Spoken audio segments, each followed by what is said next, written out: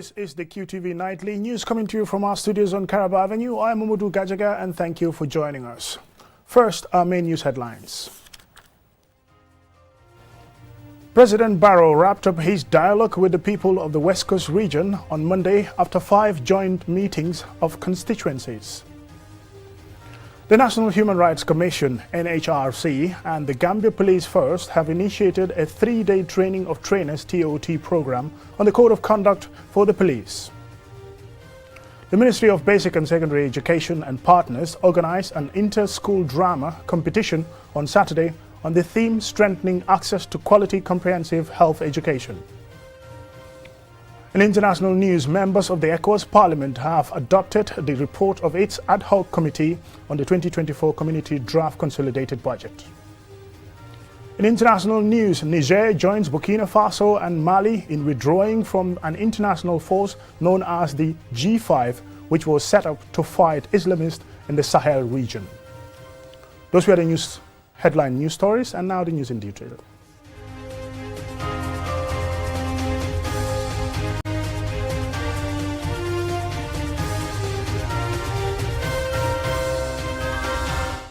Welcome and thank you for joining us. This is QTV News. President Barrow wrapped up his dialogue with the people of the West Coast region on Monday after 5 joint meetings of constituencies. He renewed his commitment to advancing his development agenda to leave a positive legacy. QTV's Mahmoud Lamin Choi has been covering the presidential dialogue with the people and has the story. It is the turn of the people of Kombo South and Sanem-Entreng constituencies as they come together in Tanje to warmly welcome and dialogue with the president on various national matters. President Barrow and his entourage arrived in Tanje for his last round of direct engagement with the people of the West Coast region. The Alcalo of Tanje, Chernobojang, takes the lead to open the floor for dialogue at this meeting and expresses his gratitude to the president and his government for constructing a school in the village and bringing his people improved access to education.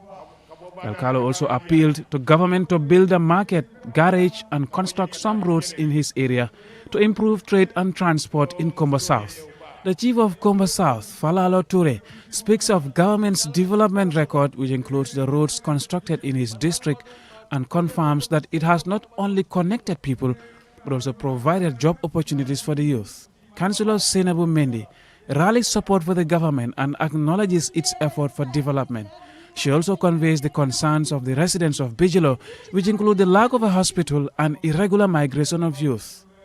Councillor Mendy wants government to provide closer access to health facilities and build skill centers to address such challenges confronting her people. At this meeting, the Minister of Tourism, Hamad N.K. Ba, reveals that government is planning to work with investors for the construction of 10 hotels and 15 restaurant bars for Tanje. However, the minister cited land disputes as one of the major challenges confronting such investment in this part of the country.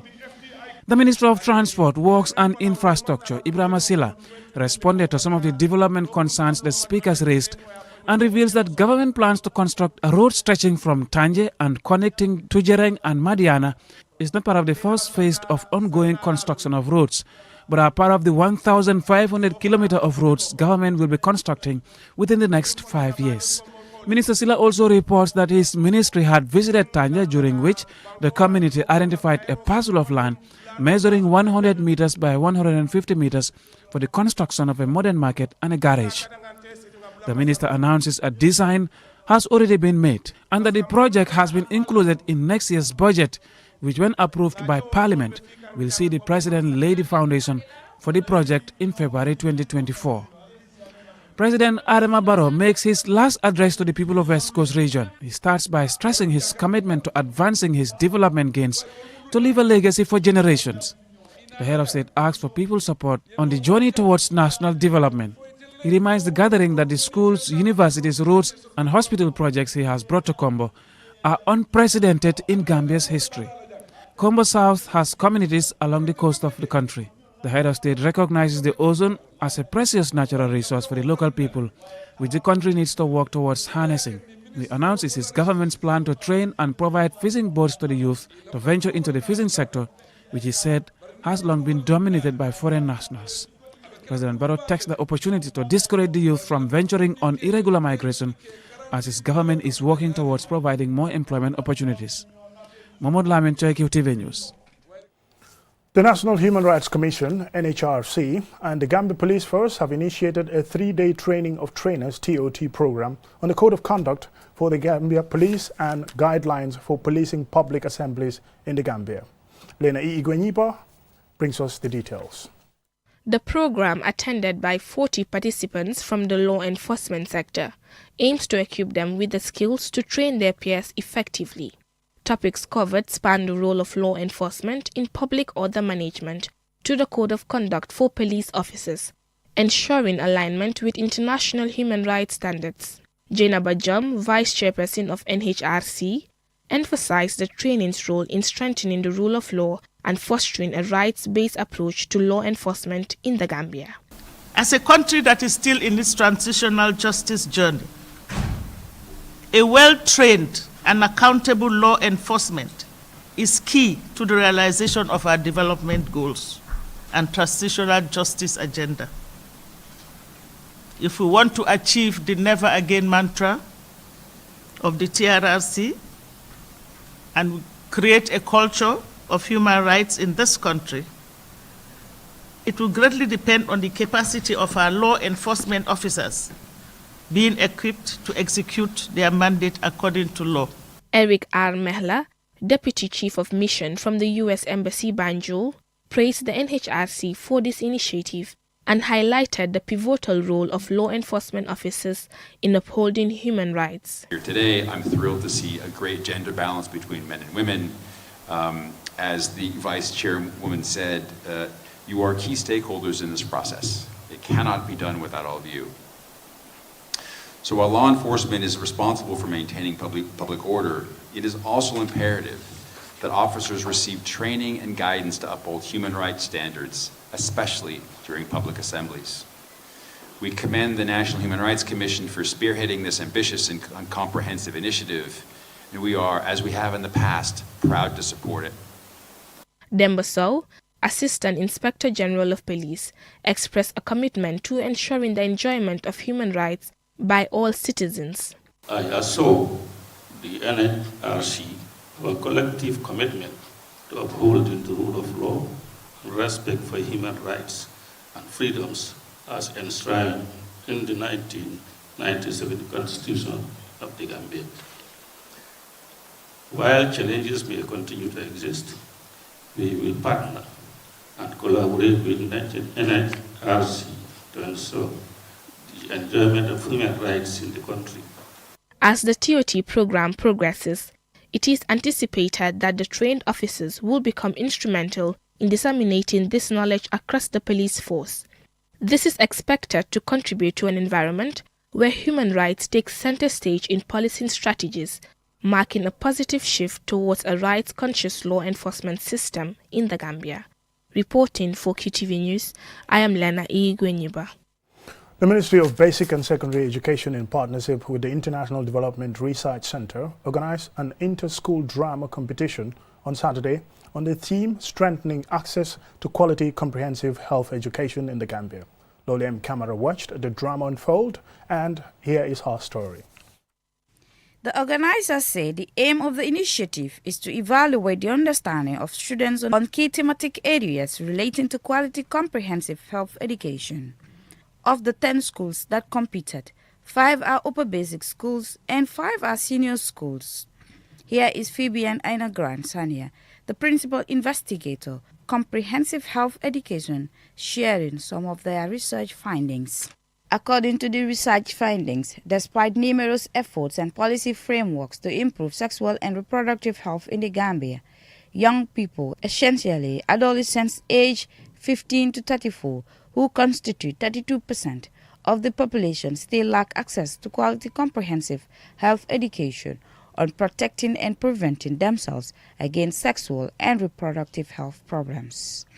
Fatou Dalibite, Deputy Director Credo, and Professor Lamin Sidibe, Senior Lecturer at the University of the Gambia, both commended the organizers of this important initiative. After learning the curriculum, you should be able to show what you have learned, because I know the research findings have been disseminated, and we have all agreed that communication is a problem between the adolescents and their parents. Youths. And now we are talking of adolescents, youths, and unfortunately even children are engaged in sexual activities. You wouldn't believe this, but I know. So what do we do? What we do is simply the interventions. The parents, many parents today in the Gambia, even today, have maladaptive parental roles. Modulame Biba, the National Assembly member for Banjul North and the Deputy Chair for Health for the National Assembly on Health, was the guest speaker at the event. It's essential for empowering our young people to make informed decisions about their health and well-being. This education equips them with the knowledge and the skills they need to protect their health, as well as foster critical thinking, empathy, and the ability to make responsible choices. Organizers believed the research findings and recommendations can only be achieved through the implementation of various interventions, including teacher training in adolescents, sexual and reproductive health issues or topics for both in-service teachers and those undergoing the primary school teachers certificate and the high school teachers certificate qualifications, and community engagement in the upper basic schools category. St. Charles Lawanga Upper Basic School won, while SOS Secondary School won the senior secondary schools category. For QTV News, Lolly M. Kamara. That will take us to a commercial break, and when we return, we'll still have some more national and international news stories. Do stay tuned. For all your electronic cooking utensil needs, worry no more. Deka Killer Jongoma Kitchen is the solution. Deka Killer brings modern, efficient and affordable cooking materials such as gas cookers, heaters, coffee machines, fridges, ceiling and stand fans, among other valuable home and restaurant materials. Located at Serekunda Bambo opposite Sanchaba Garas, Deka Killer is making fun life easier by offering you guaranteed and cost-effective electronic cooking materials. You can contact us on 348-2307 or 728-5372. We are also on Facebook, Deka Killer The Gambia. Email dekakillergambia@gmail.com. Deka Killer Jongoma Kitchen is the solution for all your home appliances and electronic cooking utensil needs. Roast now, Deka Killer making fun life easier. Deka Killer everything for cooking. Deka Killer is the right place to be. Réew Gambia ndajem jënd ak njaay mi fi faral di am dellu si waat na sa Independence Stadium. The Gambia Youth Chamber of Commerce ñoo am lëkkaloo ak the Gambia Women Chamber of Commerce dikkati neen si juróomi pàcc bu jigéen ñi ak ndawi réew mi ñuy yëngu si fàggu koom-koom mbay muy agro business ak tourism trade fair si atum ren bi. Ndajem jënd ak njaay mi mu ngi yokk ak di fulandil ay jumtukaay yu xarañ tukkee si ay ndaw ak jigéen yu màcc ci baana fii si réewu Gambia. Dinañ fa dalal ay baana yu xarañ jógee sa Afrique saw jent ngir suqali nangute bi mootaay réewu Afrique fas ngir jëriñ seen doomi réew tukkee si jënd ak jaay. Dinañ fa am ay yëngu-yëngu yu bégle te am solo lu si mel ni jongante xarañteef màggal bési jigéen ñi ak ndaw ñi woy ak feeñal aada ak cosaan ak yeneen xeetu xew-xew yu neex yu kawe seen jot. gaaw leen bindu ngir taxawal palaasu njaay di tàmbale benn fan jëm ba si ñaar fukki fan ak juróom si décembre. dégg ngeen ma de si diiru ñaar fukki fan ak juróom ngir sabablu jënd jaay nangute ak lëkkaloo tukkee si wàllu baana di xewee sa bërëbu Independence Stadium sa Bakaw. pour am si ay bataaxal yu leer wooteel 368 5556 368 5556 203 1080 203 1080 wala 5200045 5200045 ñu tasee Trade Fair.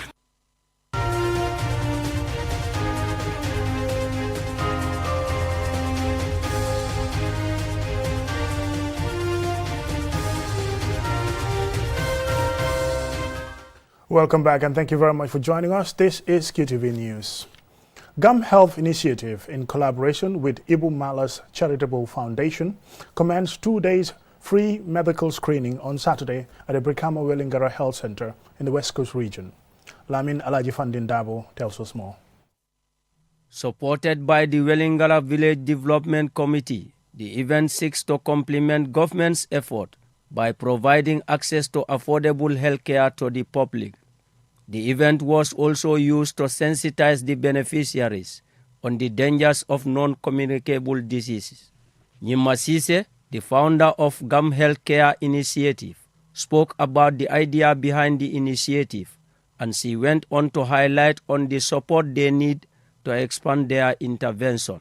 Gum Health have been established to combat or reduce the risk of non-communicable disease, because we know that non-communicable diseases are on the rise in the Gambia.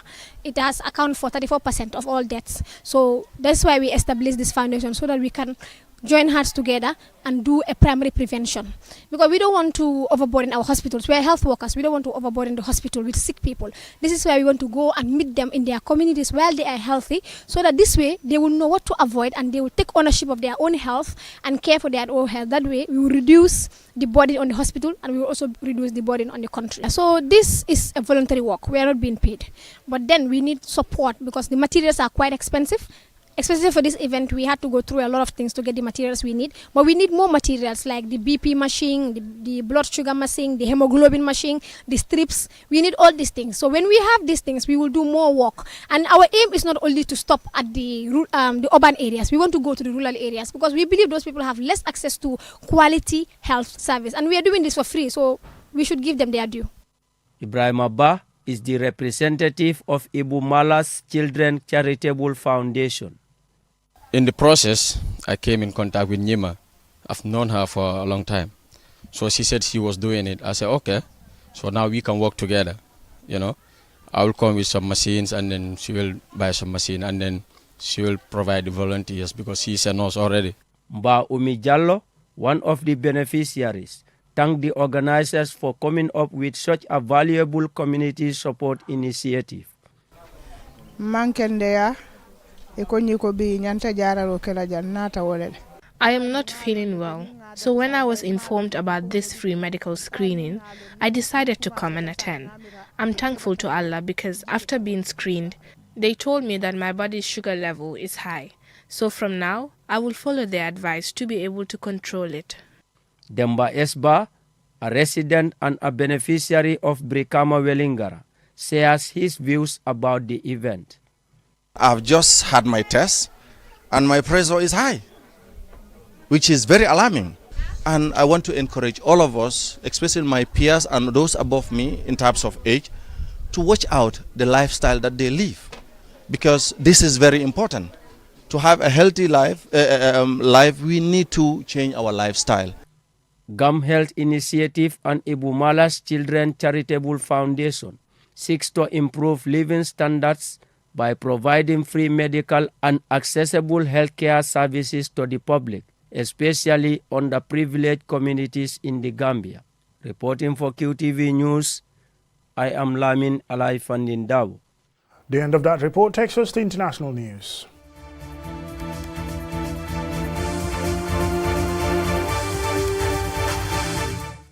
Following a thorough scrutiny and consideration, members of the ECOWAS Parliament have adopted the report of its ad hoc committee on the 2024 Community Draft Consolidation Budget of over 379 million units of accounts, UA, at its ongoing 2023 second ordinary session in Abuja, Nigeria. Alusise has the details. On 27th of November 2023, Yakubu A. Dado, the chairman of the Administration and Finance Committee of ECOWAS, presented the draft 2024 Consolidated Community Budget to the ECOWAS Parliament for its consideration. The draft Consolidated Community Budget for the year 2024, as recommended by the Administration and Finance Committee of ECOWAS, is balanced in income and expenditure at 397,215,748 units of account UA, representing a decrease of 5% compared to 418,072,408 units of account for 2023. 47.28% of the 2024 budget will come from community levy of 187,820,000 UA, while 17.21% will come from external funding of 68,349,300. Presenting a summary report of the ad hoc committee before the plenary for consideration and adoption, Khalifa Saidi of Guinea-Bissau said after a thorough examination of the draft consultative committee budget and the clarification provided by the Administration and Finance Committee of ECOWAS, as well as the ECOWAS Commission, the committee recommends, among other things, for the plenary to issue a favorable opinion for the adoption of the draft budget as presented by the AFC. The ECOWAS Commission and the AFC should prepare and examine subsequent community budget to prioritize activities with a focus on programs which directly impact community citizens. The 2024 budget allocations are made to the ECOWAS Parliament, the ECOWAS Court of Justice, the West Africa Health Organization, the Intergovernmental Group Against Money Laundering, the Office of the Auditor General, ECOWAS Commission, special programs and interventions in member states, and peace and security. The ad hoc committee also recommends for a strict adoption of efficient measures in the issuance of travel tickets and ensure delegations are of reasonable size.